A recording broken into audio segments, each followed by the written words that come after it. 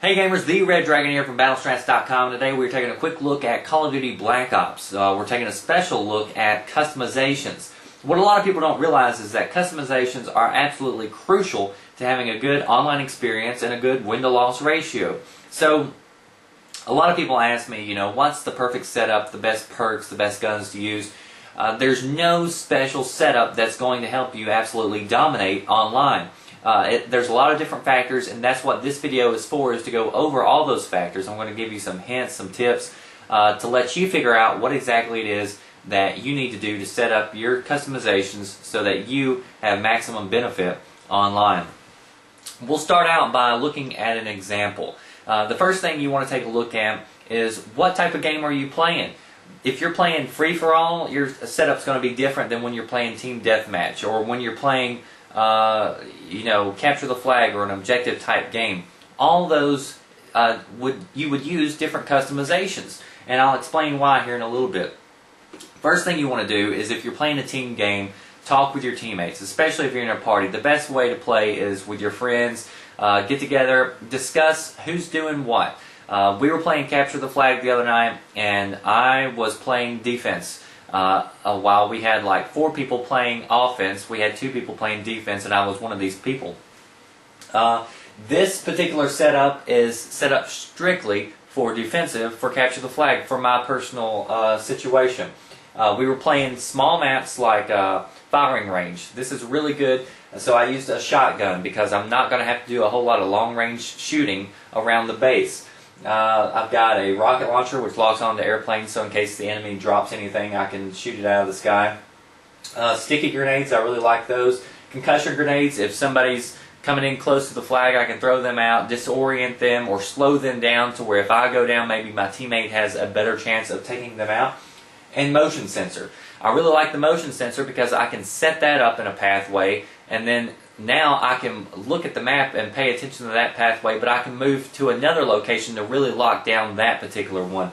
My other teammate who was helping me defend the base, they had claymores, and they set them out at a different angle. So with 2 people, with the tools that you use with your equipment, we were able to lock off like 4 different locations. Pretty easy. I'm using the ghost perk. That's going to keep me from being seen on enemy radar, so they're not going to be knowing that I'm there. I can actually surprise them. I'm using sleight of hand due to my shotgun that takes a while to reload, and I'm using Second Chance Pro. A lot of people will be like, "Oh, you're a noob for using Second Chance Pro." Really? I'm a noob because I play smart. If I have 2 chances to actually take down an enemy who's capturing a flag, which I have done on countless occasions, then I'm going to do that because I play for the win. I'm not trying to impress nobody. It's playing smart, especially with Second Chance Pro. That gives me the ability to be able to be revived by my teammates, and that way I don't have to worry about spawning 50 yards from the base that I'm there to defend. Now, if you were playing offensively, the setup would be completely different from this. You would want to have Marathon on because you're going to be capturing the flag and running back to it. You want to do that as fast as possible. You don't want to be having to stop and recatch your breath. You want to keep going strong with like lightweight and Marathon on. You would want to use, instead of a motion sensor, you would probably want to use tactical insertion, because if you die, you want to spawn back closer to the enemy flag so you can grab it again and take another chance on capturing that flag. So the key is to really pay attention to your game type and set up your customizations according to those game types. The game allows you to have a lot of different pre-selected customizations, so use all those slots and get those filled. Don't always just pick the same one just because you like the gun.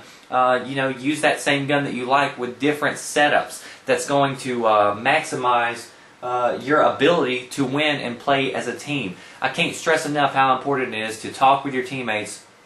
The other night we were actually getting beat pretty bad, and we just decided, let's pull back, go to the lobby, let's go over what each person has as far as their setup goes, their kill streaks. That's another thing, kill streaks. Talk with your teammates. Have some people who have spy plane on, who have kill streaks that are going to help the overall team, not just their own kill to death ratio.